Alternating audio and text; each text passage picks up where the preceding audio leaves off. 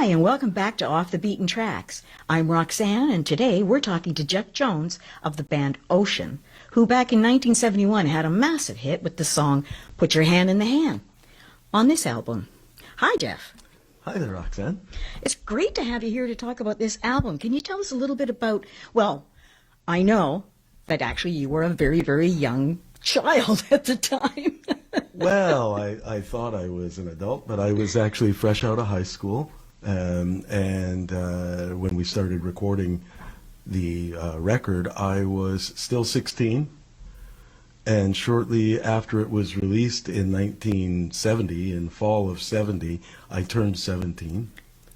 I had my 17th birthday in Kitchener-Waterloo, opening for Bonnie and Delaney and Friends. Oh. Bonnie and Delaney Bramlett. Terrific.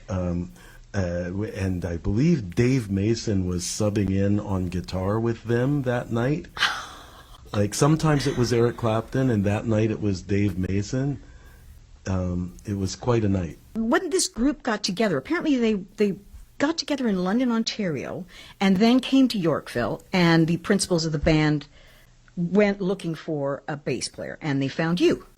Yeah, essentially Janice Morgan and Greg Brown had been working out of London as Leather and Lace, and it was kind of like a Holiday Inn show band type of thing, guy and a girl and backing band kind of thing. And they, after doing that for a few years, determined that they wanted to record and write and have a real career touring and get out of that circuit. So they had a guitarist, Dave Tamblyn, that was a good friend also from London, and the three of them set out to get a rhythm section, a drummer and a bass player, and they enlisted Chuck Slater, who I had come to know in the recent months, and all of them were older than I was, but he took me around to different places and introduced me to people,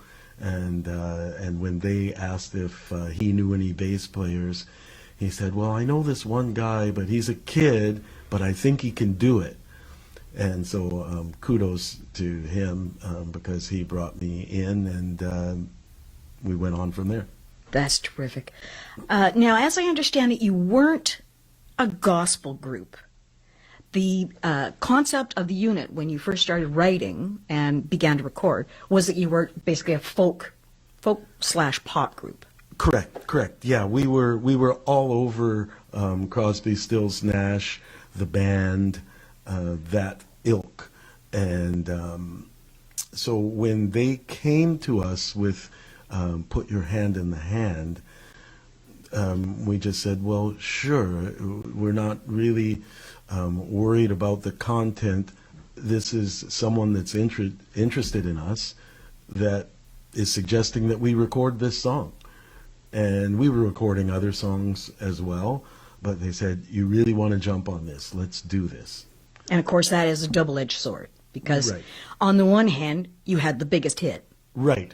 On the other, you were sort of falsely categorized in the God Rock group. Sure, people were, baptizing their children and each other in the waters of Lake Michigan, and it was quite a thing. And then when they would come to see us, and yes, we'd play that song, but we were playing like some harder edge material as well, and it was a little incongruous, but at the same time, I mean, the song was so iconic that really it brought so much joy to so many people that was the important thing, really.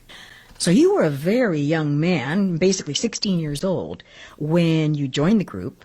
Yes. Tell us a little bit about how when the group got signed. Okay, not long after we started rehearsing in this house in Agincourt. We lived in this place. It was great. That was so suburban back then, and we had a rehearsal spot set up in the garage, and we used to bang around in there. But at any rate, what happened? The signing was, as often happened with young bands back then, the record company guy, and I'm not likely to use his name, went and basically said, I really want to record you guys. I think it would be great. And there's a song that I think would be a great song to lead off with. And I have the studio. Pulls out of the drawer his standard contract. They signed it. I wasn't even of age to sign for myself, but I was trusting my friends who trusted this person, and we went ahead. So it was basically just, there was no negotiation. Later in life, we all learned how to get a lawyer, look at the contract, put something in it for yourself, protect yourself in some way, spend money and time doing that. We never did in that day. And no, most of the people that I know of in the day, that's what it was. If somebody offered you a deal, you just jump. You signed it and you get in the studio as quickly as you can. And that's basically what we did. Right. And so where did you record this album? It was Toronto. It was called Ahead Music. Ahead Corporation was, I guess, the company that owned Yorkville Records, that the records were released on. And they had a studio that was in the industrial area, kind of Pape and O'Connor area. And that was industrial at the time? At that time, it was, there was a lot of factories back in there. And they had a studio back there, and that's where we went. And we went most days for a month and just worked on it and worked on it and worked on it.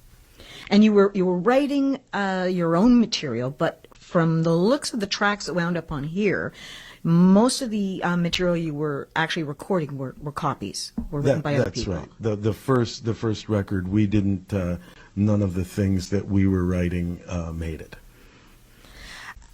We were trying to figure out who exactly produced this album, and lo and behold, we discovered that you have a credit for production on this. I do? What? Like, I would have said Greg Brown, but apparently it says Greg Brown and the members of Ocean. Well, that's terrific. So, yeah, because there was no producer per se in the studio with us, and Greg basically as band leader, music director, took the reins, but we all contributed in our way, and just it was a collaborative effort, as a lot of our work was then. So you released the album, but you're still gigging around as basically a folk group, gigging around locally. Mostly Southern Ontario, Northern Ontario. And then suddenly Put Your Hand in the Hand hits. Right. And it almost immediately goes to number 2 on the Billboard charts. Where it stayed for a number of weeks because Three Dog Night had Joy to the World, and it stayed there for whatever amount of weeks. And we never bumped Joy to the World out of number 1. How did that feel? That must have been... I heard Chuck Negron sing that song this summer, and I still don't like it. Something tells me you never will. Never will. It actually wasn't my favorite song just because of the childlike lyric content. But, I guess in the back of my craw was still that it would have been nice to have gotten to number 1 on Billboard, but... But you did wind up doing some pretty amazing touring. Yeah, the touring was pretty extensive. We went to Europe. We did a lot of North America, United States, and Canada. We went to Japan and the Philippines. Wow. Okinawa, Taiwan. We played over there. Nam was wrapping up, but the war was still on. We played a couple of send-off parties for American forces in Philippines. Those were interesting. You must have thought you'd really landed in the pot of gold. Absolutely. And I thought, oh, this seems pretty easy, doesn't it? Right? Like, I think I can do this a few more times and retire by 30, can I? And what amazed me too, when we spoke to Blair from the Jitters, he was talking about the length of time it took from basically concept to recording. It was about 5 years. Your band had this number one hit and 2 albums within about 2. But I Yeah. think it was sort of Yeah. 2 quick years and Yeah. gone, Yes. imploded. Yes. Yes. It's very quick. I just trying to wrap my head around it because, like I said, we're the same age, and so trying to wrap my head around how I would have felt Right. in that situation, and I don't know if I would have been as cool as you appear to be about it. Well, I don't know that I am or was, but I do know that after the second record, which we had a lot of hopes for, and was more ourself, it went up the chart fairly quickly and then went down fairly quickly because there was a lot of hanky-panky going on up top above us. Ah. And we got anyway, that's maybe a story for another time. So the original album was on the Arc/Yorkville Yes. label, which of course is now considered a rarity. It's Right. one of the more collectible. Right. And it was released on Kama Sutra in the U.S. Yes, that was the sub deal that the people at Yorkville organized for themselves in order to have the record released in other territories.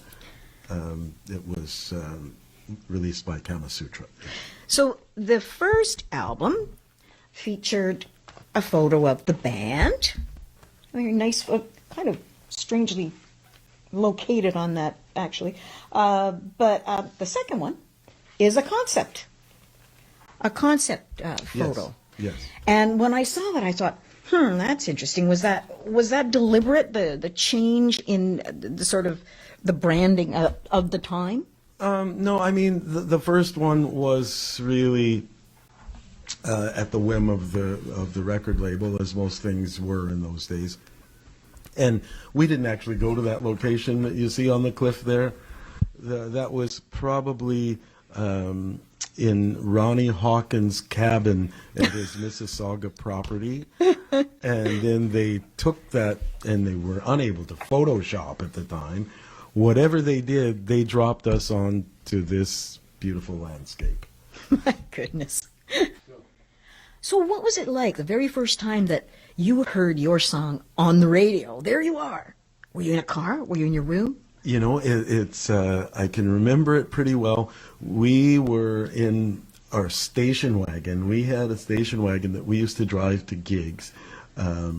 And the reason, one of the things about doing the recording in the first place was we were playing high schools and community centers and earning a certain amount of money for doing so, $500, say. And by doing this record, we were hoping that we could get modest airplay in our region and up that local price to maybe $750, right? That was what we're thinking. We're like, that would be great. And then, so we're driving to some place in Marmora or Picton or someplace, and we're in the car, and Hand in the Hand comes on the radio. And we're like, whoa, this is great. This is really great. And it's probably going to help us get to that 750 number. It's going to be amazing. And yeah, it was a real thrill. I mean, that was the first time that any of us had ever heard any music that we were ever involved with on the radio.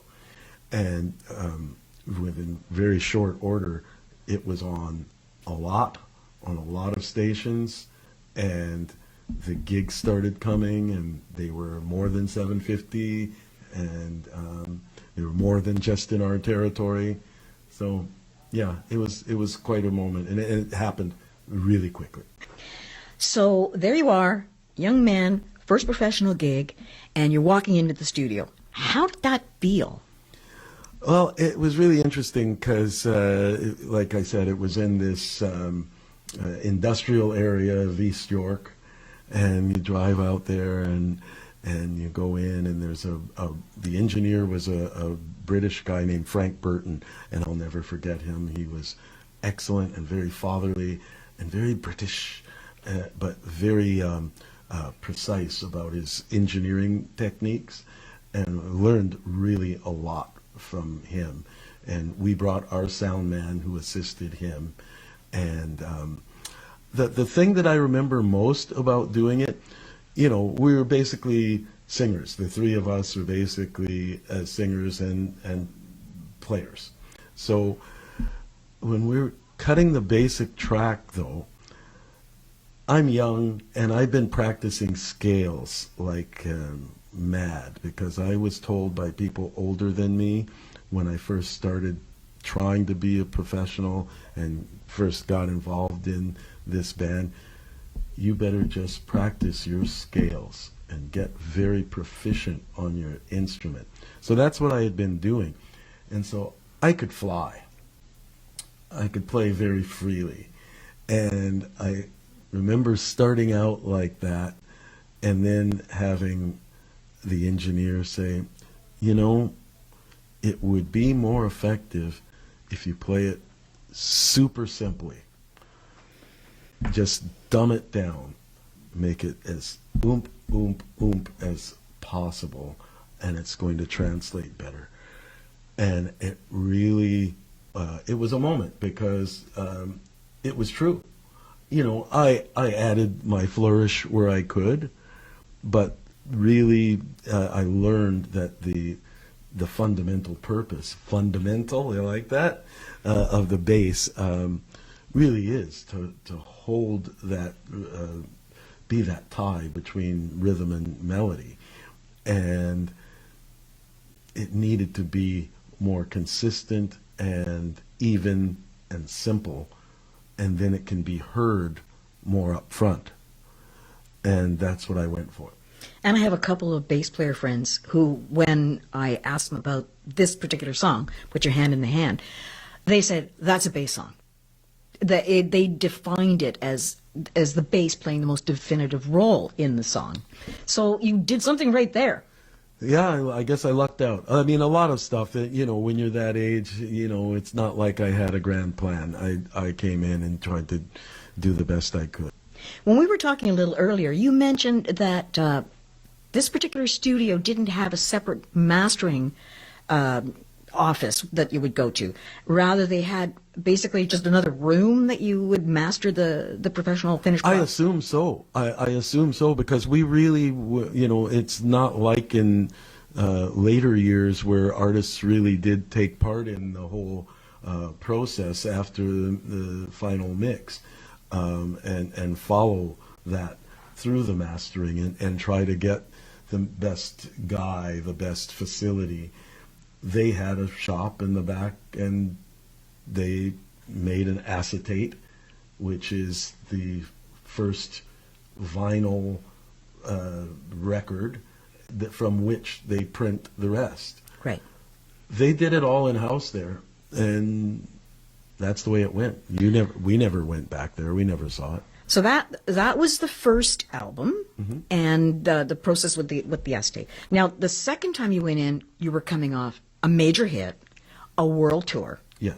How did it feel the second time you went into the studio? Were you now really blasé about it, or was there still sort of a high? Oh, I'm never blasé about going in the studio. There's always a high.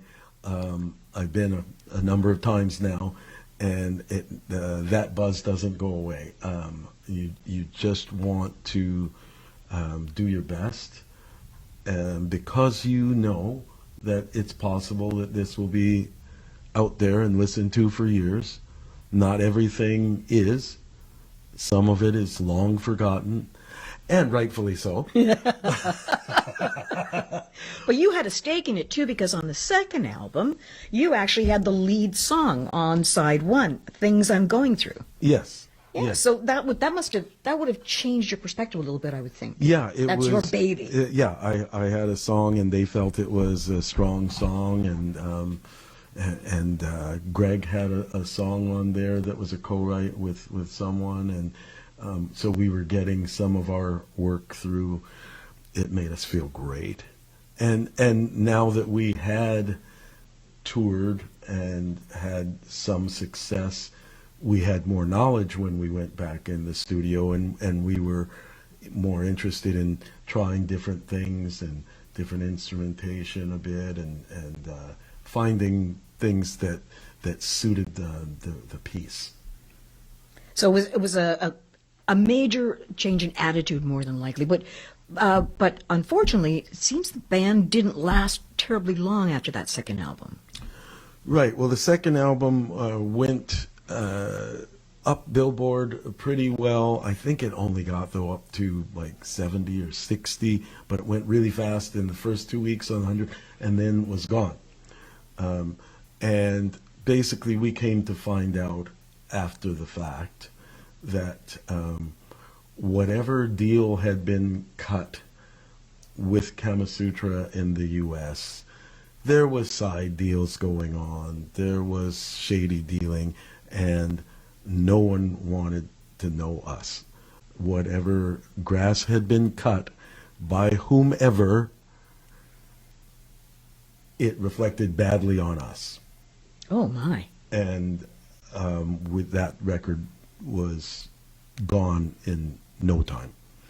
But luckily for you, you did go on to so many other recording acts. And I have to, I'm going to add to that we continued to perform and to write until 1975. Oh, This so was several years. 1972.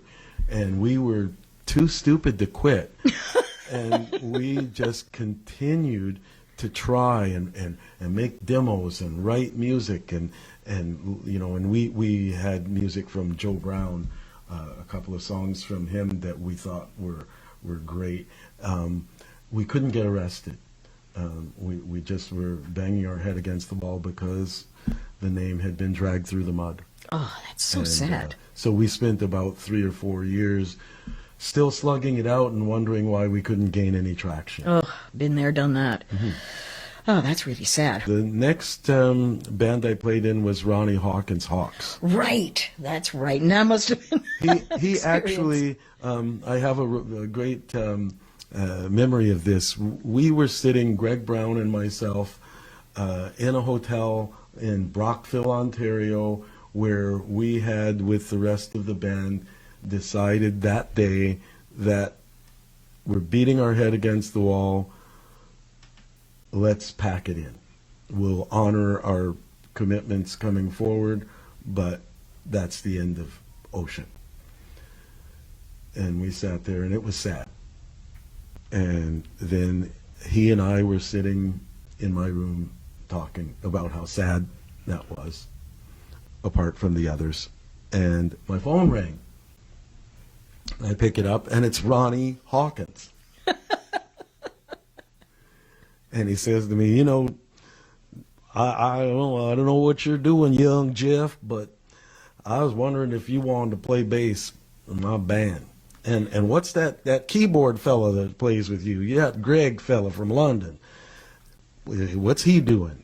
If y'all boys want to come with me, he said, I can't afford to pay you much, but you're going to get more pussy than Frank Sinatra. Every Ronnie Hawkins story always goes there. He said that to Robbie Robertson. He said that to Rick Danko. He said that to anyone that played in his band. And he was apparently right. Maybe. It must have been interesting. I never knew what Frank Sinatra got. Well, it must have been interesting too, because you recorded several Robbie Robertson songs in Ocean. Yeah. So of course he would have been long gone. He would have been with Dylan at this point then. Robbie Robertson would have been moved on but to. the band was still active, and we just loved those songs.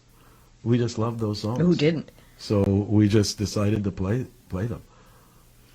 So then you're with the Hawks for roughly a year. And then the Stingery. Yes. And Bernie Labarge. Yes, Brian fabulous. Too Loud McLeod. Yes, who was then plucked away and Went to Chilliwack. Yeah. Right. And then the Infidels? No, and then Red Rider. Red Rider. My goodness. We're going to have you back because there are just too many albums that we would like to hear more about. All right. Thank you very much for joining us today. This has been Off the Beaten Tracks. I'm Roxanne, and I have been talking to Jeff Jones from the band Ocean. Thanks for joining us today.